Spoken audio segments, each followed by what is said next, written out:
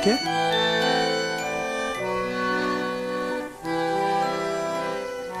Ah. En fait, dans la famille, on a des origines cévenoles. Et à la maison, j'ai toujours vu mon père, quand il invitait des amis, mettre une bouteille de Clinton sur la table. Et un peu par provocation et pour faire un peu le malin, il disait ce soir, c'est soirée interdite. On ferme les volets, on se met entre nous et on va boire le vin interdit qui rend fou.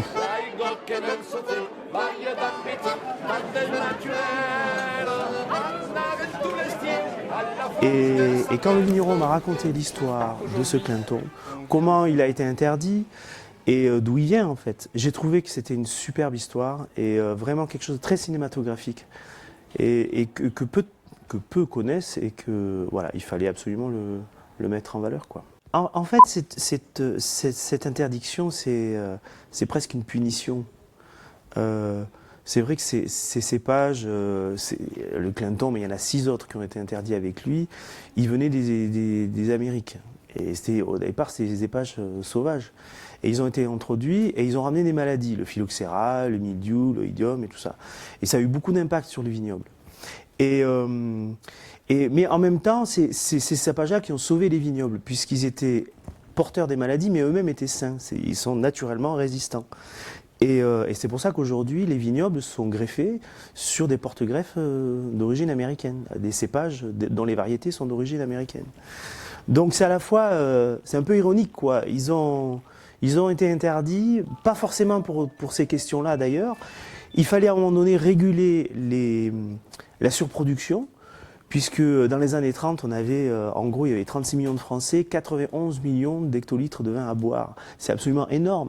Donc il fallait réguler. Et on a désigné quelques cépages pour dire, bon, ben, ceux-là, on va déjà les écarter, ça fera certainement moins, voilà.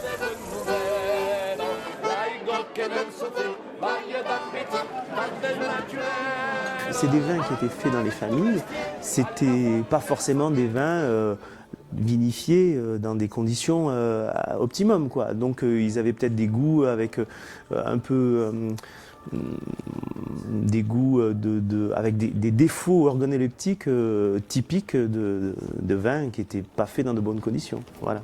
Donc ça, c'est la première accusation, le goût. Après, on a dit ils rendent de fous.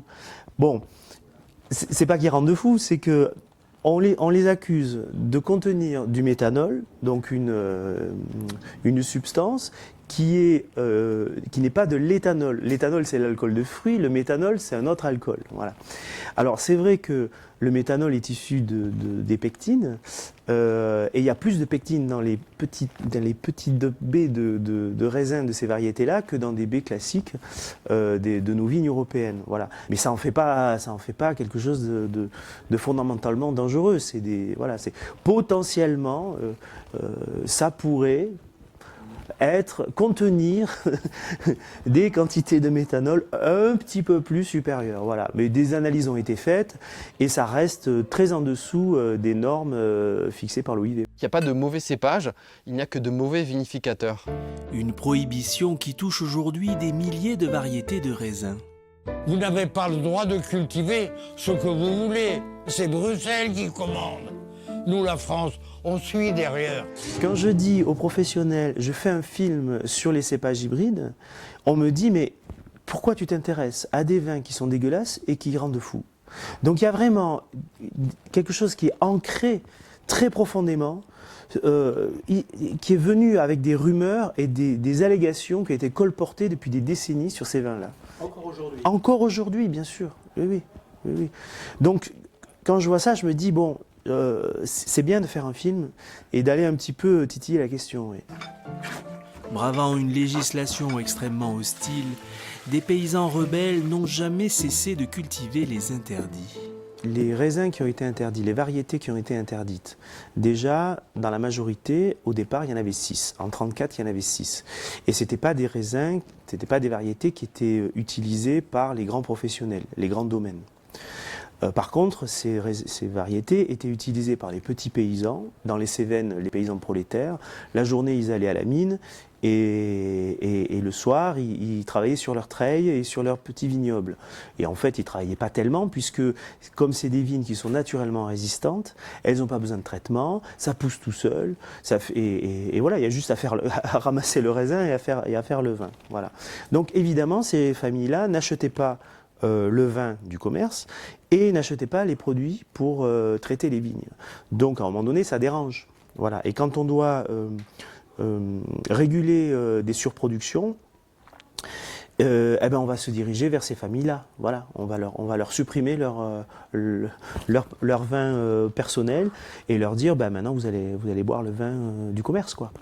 Génération de gars qui travaillaient dur à la mine, soignaient le dimanche sur les coteaux un petit bout de vigne. Le jour du Seigneur, ils s'en foutaient, ils préféraient les nines. Leur vin était rouge, au fond des puits, ça portait pas la guigne. C'est parti un vin qui rend fou, c'est parti un vin qui rend fou, c'est parti un vin qui rend fou, mais le vin de Clinton c'est un vin de chez nous. J'ai voulu montrer qu'avec ces cépages-là, d'abord il y avait un public, il y a vraiment des connaisseurs et des amateurs de ces vins-là. Certes, ils ont des goûts un petit peu particuliers, un peu différents de nos vins européens classiques, mais il y a quand même un marché pour ces vins-là. Voilà. Et c'est ce que je voulais démontrer.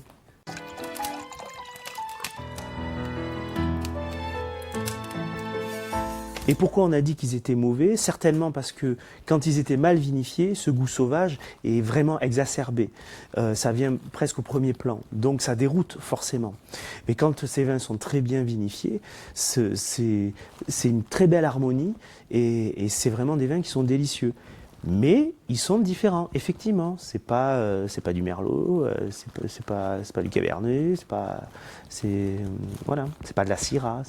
C'est vraiment différent, c'est très particulier. Alors, il faut les considérer comme ils sont. Il faut pas attendre qu'ils ressemblent à des vins ou à des vins classiques. Voilà.